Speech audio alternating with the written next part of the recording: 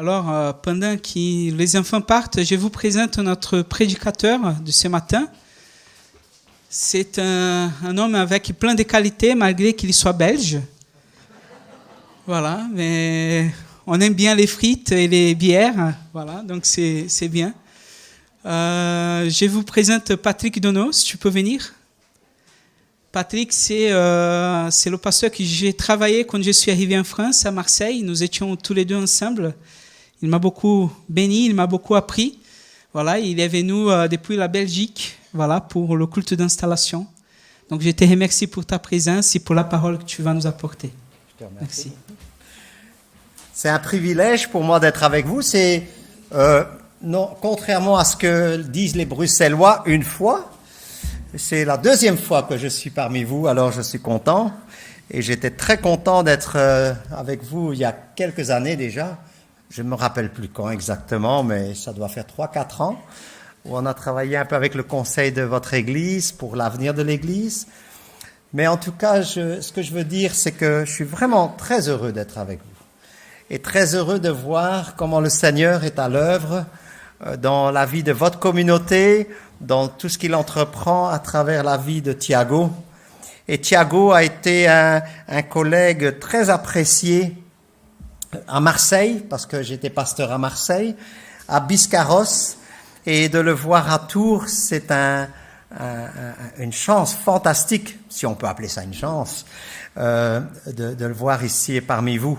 Et si vous vous rappelez bien, il y a quelques années, quand on a fait une sorte de tour de table avec le conseil de votre Église, le nom de Thiago avait déjà été mentionné, mais pour un autre ministère au sein de votre communauté. Mais de le voir aujourd'hui avec vous comme pasteur, on est heureux de cela. Et je suis certain que vous serez bénis avec lui. C'est sûr, contrairement aux Belges, j'ai pas un accent brésilien.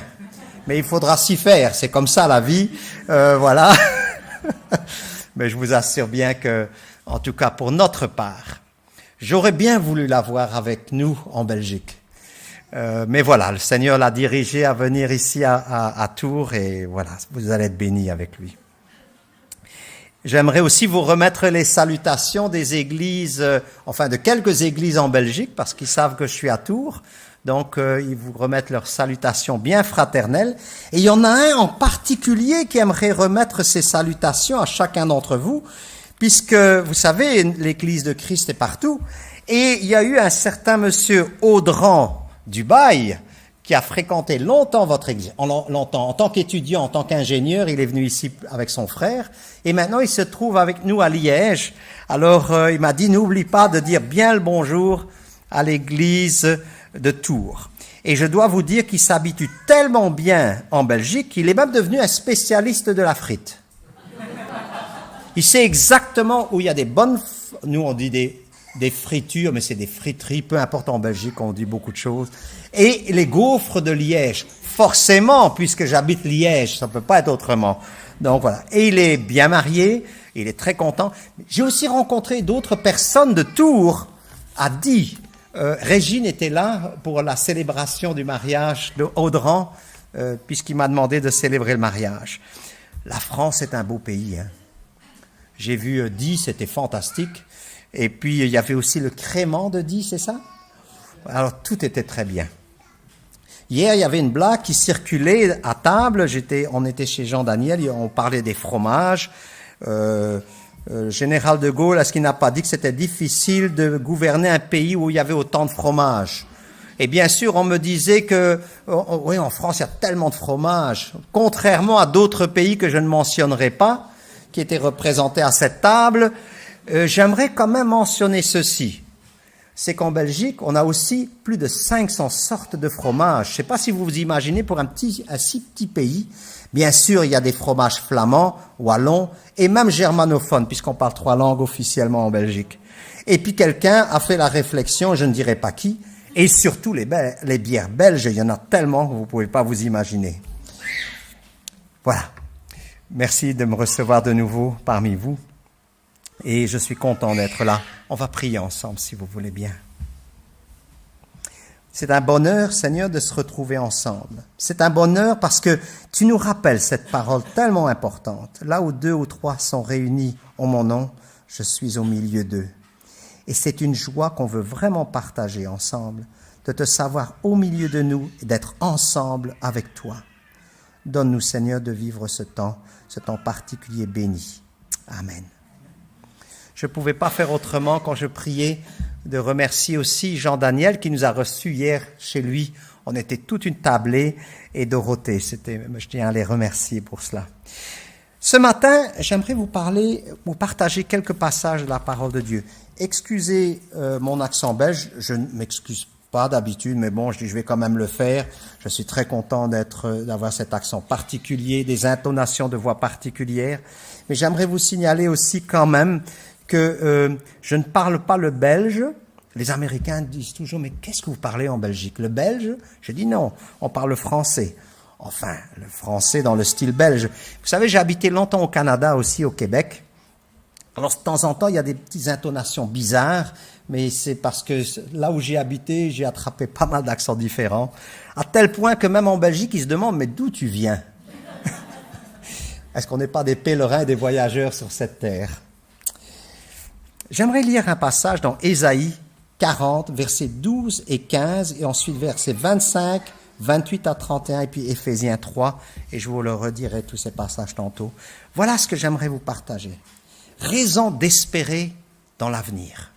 Raison d'espérer parce que Dieu est puissant. Et voilà ce que dit Ésaïe 40, versets 12 et suivants. Qui a mesuré l'océan dans le creux de sa main? Qui a déterminé les dimensions du ciel avec la largeur de sa main? Qui a tassé dans un boisseau toute la poussière du sol?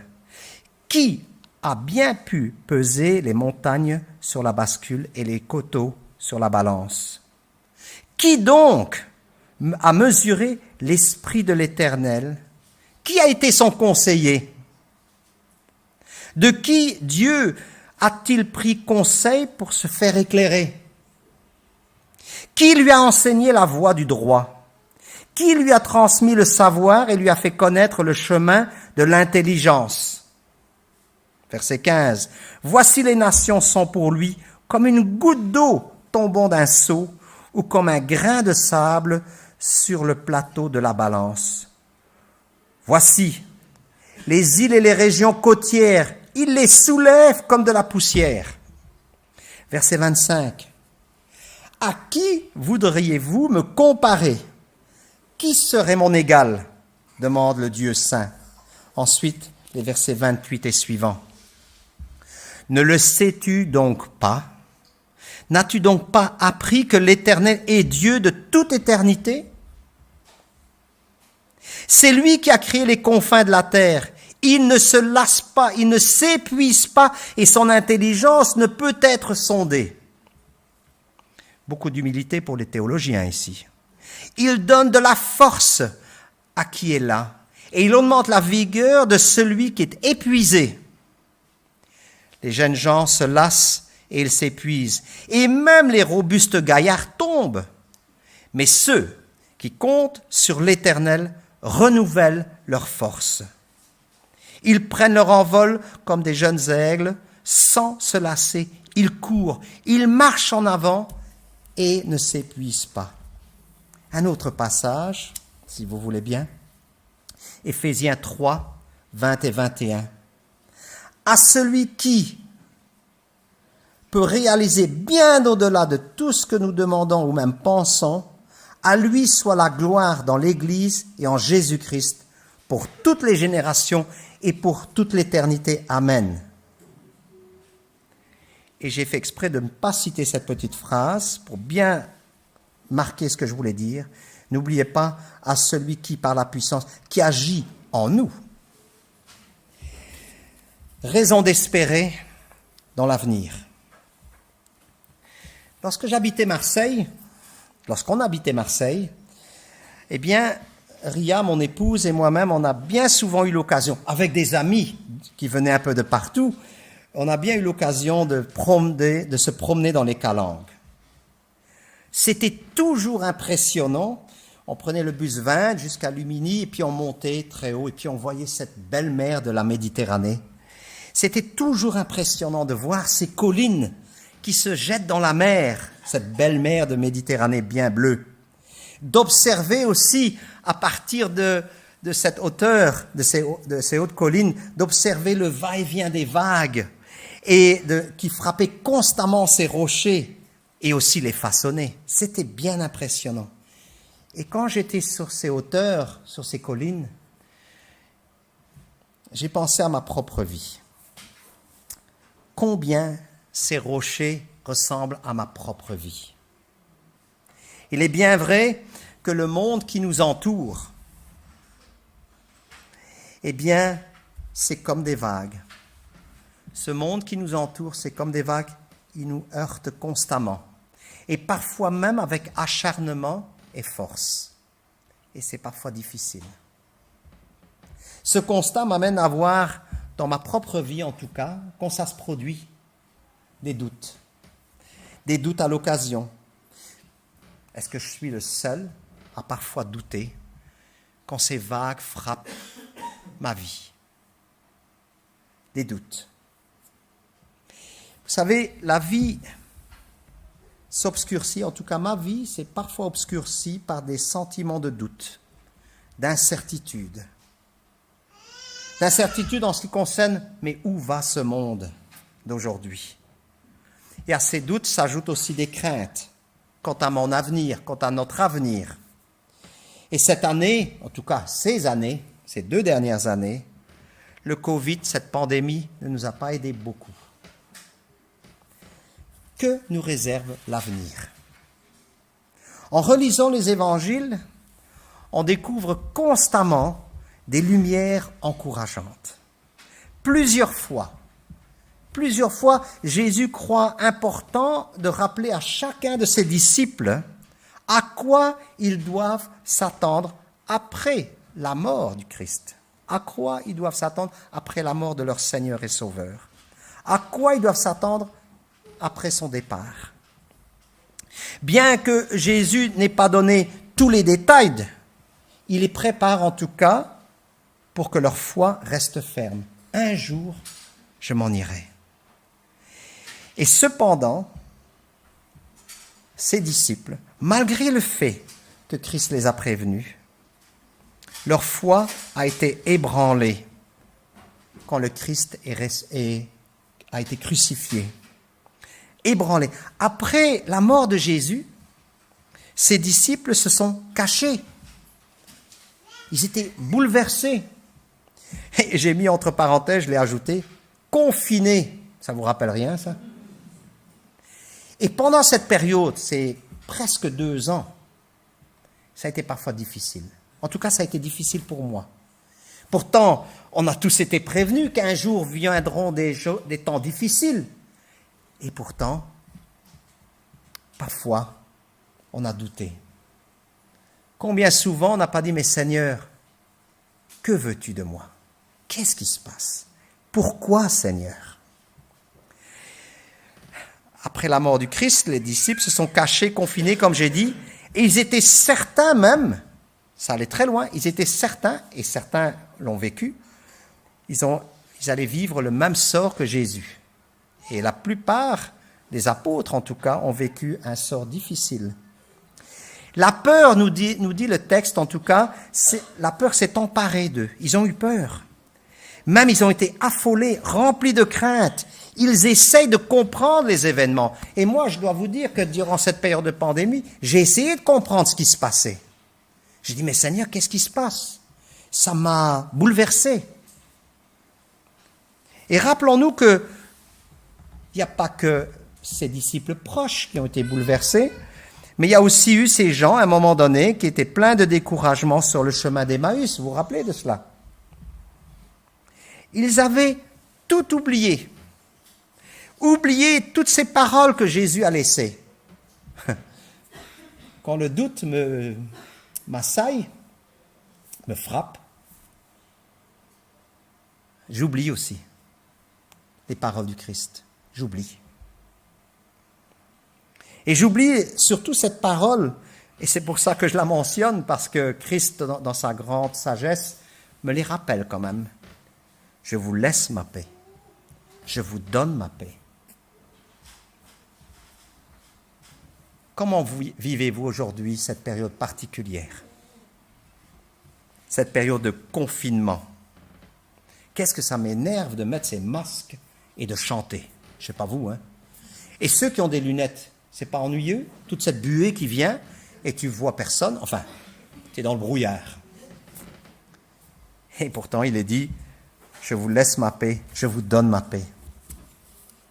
Certains événements que nous pouvons vivre, que nous vivons, nous font oublier ce que Christ veut faire dans notre vie. C'est vrai que la vie peut être pénible, difficile à certains moments. On peut vivre des temps difficiles. Moi, j'ai trouvé ça difficile. J'ai eu un petit-fils qui est né pendant cette période la plus difficile. Pendant plus de 6 semaines. Qu'est-ce que c'est 6 semaines? Mais enfin, quand même, ça nous a fortement marqué. Pendant 6 semaines, on ne pouvait pas voir ce bébé. Et en plus, je ne sais pas si je devrais le dire, c'est enregistré, ça? Bien, je prends le risque, je suis en France. Ça ne va pas aller jusqu'en Belgique. Si, ça va aller jusqu'en Belgique. J'ai même été le voir, je pense, en cachette. Avec l'accord des parents de mon fils et de ma belle-fille. Les disciples ont oublié. Et la crucifixion leur a fait très peur. Quand Jésus-Christ a été crucifié, ils ont eu très peur pour leur propre vie. Au lieu de croire en la puissance de Dieu, de croire que Jésus-Christ ne les quitterait jamais, ils ont oublié. Je vous laisse ma paix, je vous donne ma paix. Convaincus qu'ils étaient que c'en était fini avec Jésus-Christ. Et avec lui, bien sûr, toute espérance. Tout s'est envolé. L'espérance de l'avenir. Mais ils avaient tort, bien sûr, et on le sait. 3 jours plus tard, Jésus-Christ est ressuscité. Et il leur dit, vous vous rappelez ce qu'il leur dit? Que la paix soit avec vous. Vous vous rappelez de ça? Et nous, aujourd'hui, presque 2 ans. Je reviens du Canada, mardi passé, et j'ai trouvé ma femme, elle était même fatiguée de m'entendre dire « Ah, je ne suis pas content d'avoir été au Canada cette année. » C'était difficile, parce que j'avais l'habitude de faire des tas de choses et je ne pouvais pas. Et tout d'un coup, ça m'est revenu. Que la paix soit avec vous. Ce confinement. Hein. Et pourtant, je vous ai lu ce passage, Dieu est toujours à l'œuvre. Aujourd'hui, Dieu est encore à l'œuvre. Dans les moments les plus difficiles de notre vie, Dieu est à l'œuvre. Même quand les choses semblent démontrer le contraire, Dieu est à l'œuvre. Je vais vous raconter un témoignage. J'ai enseigné au Rwanda. Et ça aussi, ça m'est venu. Mais qu'est-ce que c'est que cette pandémie du Covid alors que j'étais au Rwanda juste après le génocide et j'ai vu les conséquences de ce génocide. Et là, j'ai vu des gens pleins d'espérance. Et j'enseignais la théologie pastorale et ces étudiants me disent « Muzungu », enfin, ça veut dire le blanc. Mais je ne m'appelle pas le blanc, je m'appelle de neutre, mais enfin bref. Mais Muzungu, mais Dieu est vivant. Dieu est plus que vainqueur. Dieu est puissant.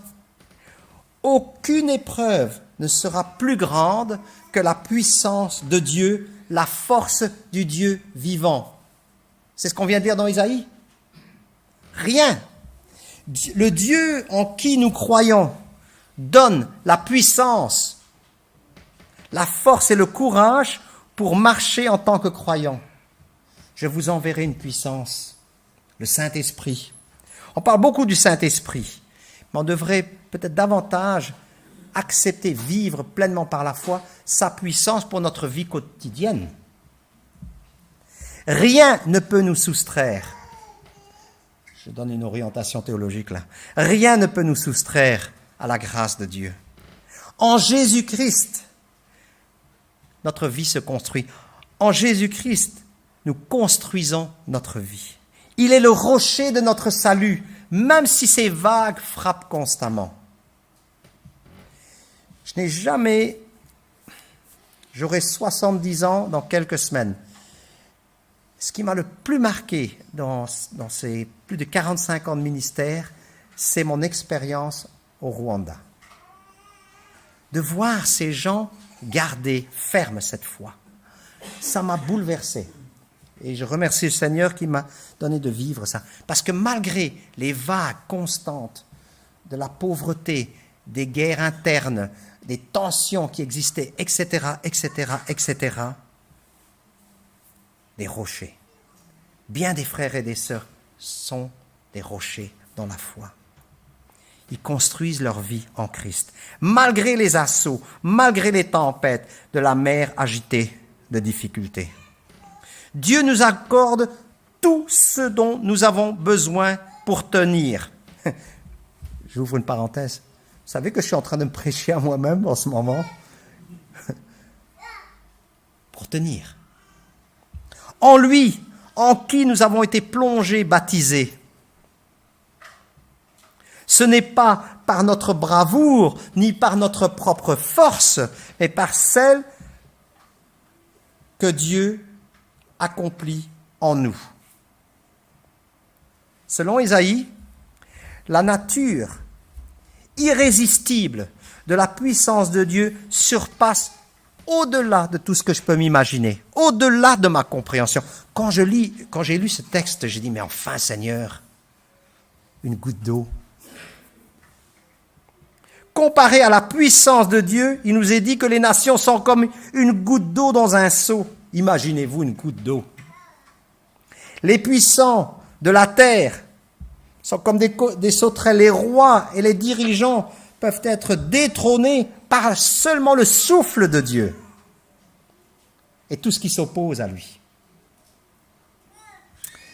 Il y a toujours un verset qui me bouleverse. Et je dois me le rappeler et le saisir par la foi, qui dit ceci, « Je puis tout par celui qui me fortifie ». Est-ce que vous croyez cela? Saisissez cela. Aujourd'hui, pendant cette période de pandémie, cette impressionnante description de l'omnipotence de Dieu qui fait que Ésaïe nous donne une promesse, parce qu'il est dit ceci, « Dieu fortifiera ceux qui espèrent en lui, ceux qui comptent sur lui. » Sommes-nous des disciples de Christ? Je puis tout par celui qui me fortifie. Ce que nous vivons aujourd'hui, sur le plan planétaire, peut peut-être nous décourager. Mais sache-le, Patrick, et vous, ça peut nous décourager, mais sachons que Dieu est puissant et que nous pouvons espérer en lui, au-delà de tout ce qui est possible. Nous sommes délivrés. Un jour dans tes parvis vaut mieux que 1000 ailleurs. Combien de fois ne luttons-nous pas avec cette apparente inaction de Dieu dans notre vie? Parce que je me suis posé bien souvent aussi la question, mais que fais-tu, Dieu? Qu'est-ce qui se passe? Mais Éphésiens nous dit quelque chose de très intéressant, c'est pour ça que j'ai voulu lire ce passage aussi. Dieu peut faire, par la puissance qui agit en nous, infiniment au-delà de tout ce que nous demandons et pensons. Pouvez-vous saisir cela? Par la foi en Christ. Éphésiens 3:20. Et nous prions et nous attendons qu'il intervienne, qu'il rectifie les injustices. Parce que, vous savez, chacun d'entre nous, à un moment donné, on a vécu des injustices. Mais Dieu, un jour, rectifiera toutes ces injustices, les condamne et nous aide à sortir de ce temps difficile. Mais le verset 20 dit une chose très très intéressante dans Éphésiens. Il est dit ceci, par la puissance qui agit en nous. Vous ne remarquez rien de particulier là? Parfois, Dieu nous délivre de situations difficiles. Mais souvent, il œuvre à l'intérieur de nous. Est-ce que le Covid est terminé? Je ne pense pas. Mais Dieu a fait quelque chose de particulier en moi. Il travaille à l'intérieur de moi. Les situations autour de moi sont toujours difficiles. Mais Dieu agit en moi. Il œuvre en nous plutôt qu'à l'extérieur de nous, en tout cas pour ma part. La gloire et le but de Dieu sont des facteurs déterminants dans l'œuvre qu'il veut accomplir. Et sa puissance et sa force commencent en nous. Comme j'ai dit, il se peut que les éléments extérieurs ne changent pas, mais Dieu nous change, nous, à l'intérieur. Il nous transforme. Rappelez les collines qui tombent dans la mer et les vagues qui tapent. Il nous fortifie. Il nous transforme, il nous change. Et nous devenons, ce que dit la Bible, des hommes et des femmes faits, accomplis, matures. Alors Dieu désire nous rendre conformes à l'image de Christ. Romains 8, 28 et suivants. Il désire nous remplir de sa paix. Romains 15, 13. Il désire nous fortifier dans la lutte intérieure que nous vivons parfois. Éphésiens 6, 10. Dieu veut nous aider par la puissance à surmonter la peur du lendemain et nous rend forts dans les épreuves. 2 Timothée 1. Et Dieu agit souvent avec puissance en nous. Il agit en nous. Il est le rocher de notre salut. Et malgré les vagues, les assauts, les vagues de ce monde qui viennent frapper notre vie régulièrement, il est là. Éphésiens 3, 21, il nous est dit, et je termine, il nous est dit ceci, à lui qui habite en nous, soit la gloire dans l'Église de Tours, c'est-à-dire à chacun d'entre nous en Jésus-Christ, pour les générations, c'est-à-dire notre histoire, et l'éternité. Que Dieu agisse en nous avec puissance, en chacun d'entre nous. Amen. J'aimerais prier si vous voulez bien. Et j'aimerais que vous prêtez attention à cette prière que vous allez faire avec moi dans votre cœur, si vous voulez bien. Prions. Dieu, tu es partout. Notre Dieu, tu es partout, près de nous, en nous. Tu es au-dessus de nous pour faire du bien. Mais tu es aussi derrière nous pour nous pousser. Tu es au-dessus de nous pour nous porter, en dessous de nous, pour nous porter. Tu es devant nous pour nous conduire. Tu es tout autour de nous pour nous éclairer. Sois en chacun et chacune de nous, Seigneur, et dans notre vie, constamment. Que notre vie soit vraie et bonne à ta gloire. Amen, en Jésus-Christ. Merci beaucoup, et que le Seigneur vous bénisse et nous transforme, chacun d'entre nous. Amen.